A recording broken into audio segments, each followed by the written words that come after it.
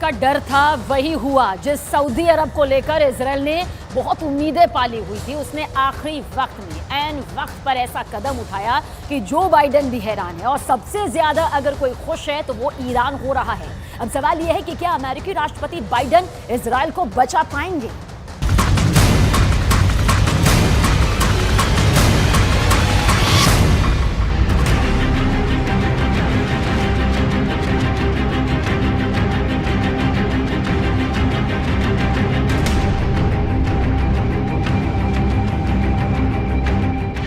पूरी दुनिया की नजर इस शख्स पर थी। सब जानना चाहते थे कि यह शख्स क्या फैसला लेगा।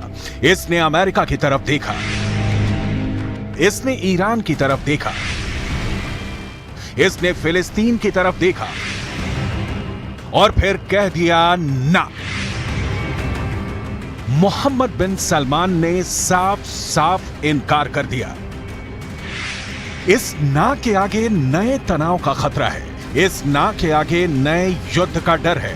इस ना की वजह से पूरा पश्चिम एशिया एक भूकंप आने का इंतजार करने लगा है, जो अब पूरी दुनिया को हिला सकता है। सऊदी अरब और इजराइल के बीच फिलिस्तीन का मुद्दा फिर से सुलगने लगा है। जो तबाही मोहम्मद बिन सलमान ने गाजा पट्टी में देखी, जिस खून खराबे की तस्वीरें वेस्ट बैंक से निकलकर पूरी दुनिया तक गई, उन तस्वीरों ने मोहम्मद बिन सलमान को बेचैन कर दिया है। इसीलिए सऊदी अरब ने साफ साफ शब्दों में कह दिया है कि वो इजराइल से किसी भी तरह का समझौता नहीं करेगा। सऊदी अरब ने बता दिया है कि जब तक इजराइल में नेतन्याहू की सरकार है, रियाद और तेल अवीव के बीच दूरियां नहीं मिटेंगी। सऊदी अरब ने यह कहकर इजराइल के साथ दोस्ती के ख्वाब देखने वालों की उम्मीदों पर पानी फेर दिया है। इस खबर ने पूरे पश्चिम एशिया में नया तहलका मचा दिया है। फिलिस्तीन के गाजा पट्टी से लेकर वेस्ट बैंक और सीरिया से लेकर इराक तक इजराइल के खिलाफ एक नया मोर्चा सुलग सकता है और इसकी कमान अब ईरान के साथ सऊदी अरब भी संभालेगा। पूरे इजराइल में ऐसा ही डर सताने लगा है। अब तक सऊदी अरब की तरफ इजराइल बहुत उम्मीद भरी नजरों से देखता रहा है, लेकिन बेंयामीन नेतन्याहू की फिलिस्तीन पॉलिसी ने ऐसी तमाम कोशिशों की जड़ में मट्ठा डाल दिया है। वेस्ट बैंक में गोलीबारी और गाजा पट्टी में बमबारी को लेकर इजराइल सऊदी अरब के लिए एक बार फिर बड़ा खलनायक बनकर उभरा है। यही वजह है कि सऊदी अरब और इजराइल के बीच दोस्ती की नई उम्मीदें खत्म हो चुकी हैं। अरबी भाषा के अखबार एलफ के हवाले से पूरा इजरायली मीडिया ये खबर छाप रहा है। रिपोर्ट यह है कि सऊदी अरब ने कहा है कि जब तक इजराइल में बेंयामीन नेतन्याहू की कट्टरपंथी सरकार रहेगी, इजराइल से शांति वार्ता नहीं हो सकती।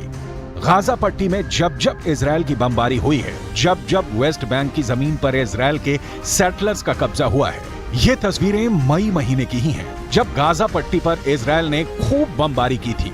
धमाके ऐसी कि बड़ी बड़ी इमारतों को मलबे में तब्दील कर दें। ये गाजा का उत्तर पश्चिमी इलाका है, जहां इजराइल ने मई महीने में रात भर हमले किए हैं। छोटे बड़े धमाके होते रहे। इजराइल अक्सर यहां हमास के रॉकेट हमले के बाद हवाई बमबारी करता है। इजराइल दावा करता है कि उसने फिलिस्तीनी गुट हमास को टारगेट किया है। उसके ठिकानों पर लेजर गाइडेड बम इस्तेमाल किए गए। हमास के सुरंग के नेटवर्क को तबाह करने के लिए बंकर बस्टर बम इस्तेमाल किए गए। हमास के रॉकेट लॉन्चिंग वाले ठिकानों को जीपीएस गाइडेड बम से उड़ा दिया गया।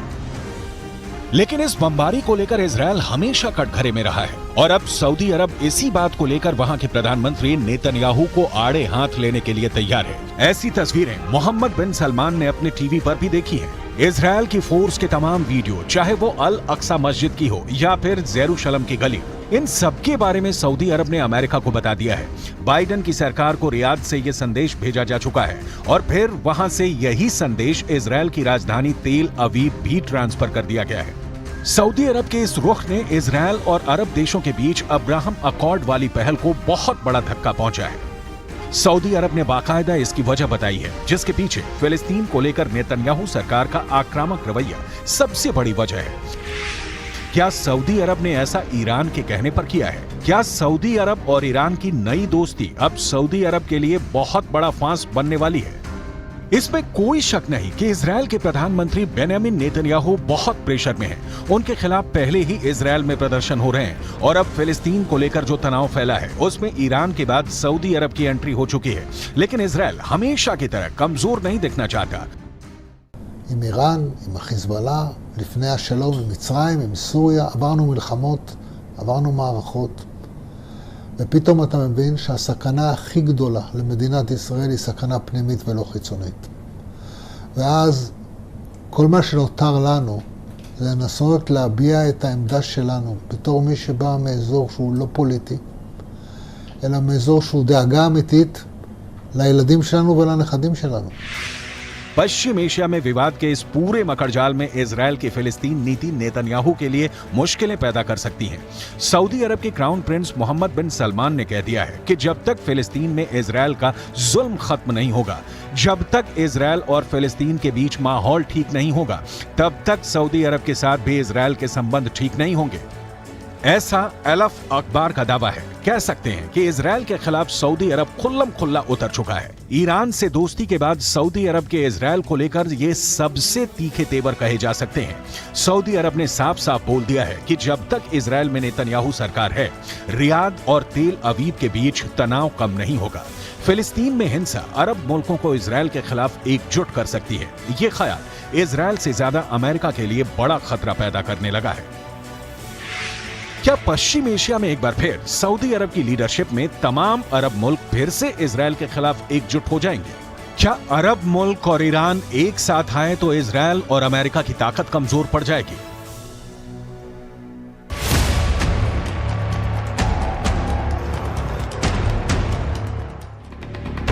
जब से इजरायल 1948 में कायम हुआ है, तब से अरब मुल्कों के साथ उसकी दुश्मनी का लंबा इतिहास रहा है। लेकिन पिछले कुछ वर्षों में इनके रिश्ते सुधरने शुरू हुए। बहुत से अरब देशों और इजरायल के बीच राजनयिक रिश्ते कायम हुए हैं। इसे अब्राहम अकॉर्ड का नाम दिया गया और अरब देशों के बीच इजरायल की इमेज बिल्डिंग को एक नया लॉन्च पैड मिल गया। इसे पश्चिम एशिया में शांति कायम करने का नया तरीका बताया गया। अब्राहम अकॉर्ड को उसके अंजाम तक पहुंचाने वाला अमेरिका, इजरायल और सऊदी अरब की सुलह कराने में भी जुट गया। Excellency, my friend, the foreign minister, and I agreed that we should work together to increase the number of the direct flights, the tourism, the trade volume, the investment. UAE यानी संयुक्त अरब अमीरात, Sudan, Morocco और Bahrain अब Israel के साथ अपने रिश्तों की शुरुआत कर चुके हैं। फिर ऐसा लगने लगा कि पश्चिम एशिया में अरब मुल्कों के बीच सबसे बड़े खिलाड़ी सऊदी अरब के रिश्ते भी इजरायल से सामान्य हो सकते हैं। लेकिन अब फिलिस्तीन को लेकर इजरायल और सऊदी अरब में दूरी फिर से बढ़ गई है। इससे पहले सऊदी अरब ने जॉर्डन में अपने राजदूत को फिलिस्तीन का अनिवासी राजदूत करार दिया था।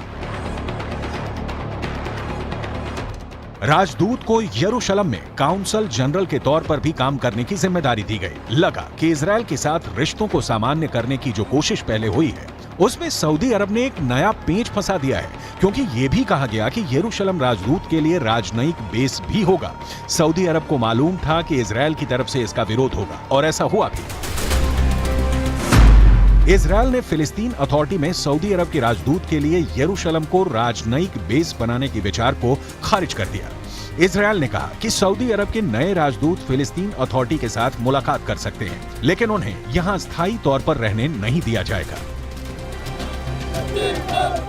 सऊदी अरब ने एक बार ये फिर दिखा दिया है कि वो फिलिस्तीन का बड़ा समर्थक है। फिलिस्तीन के मुद्दे पर इजरायल फिर बड़ा टारगेट बन सकता है।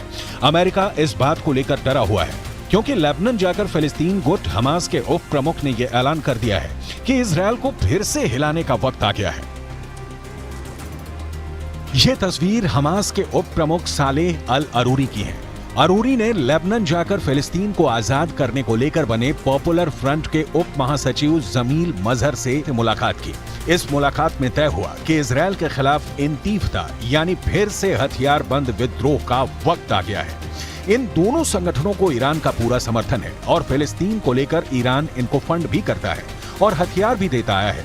इसलिए बड़ी पिक्चर में युद्ध का जो खतरा मंडरा रहा है, उसमें ईरान इजरायल के लिए बहुत खतरनाक साबित हो सकता है। इन दोनों की दुश्मनी किसी भी वक्त युद्ध में तब्दील हो सकती है।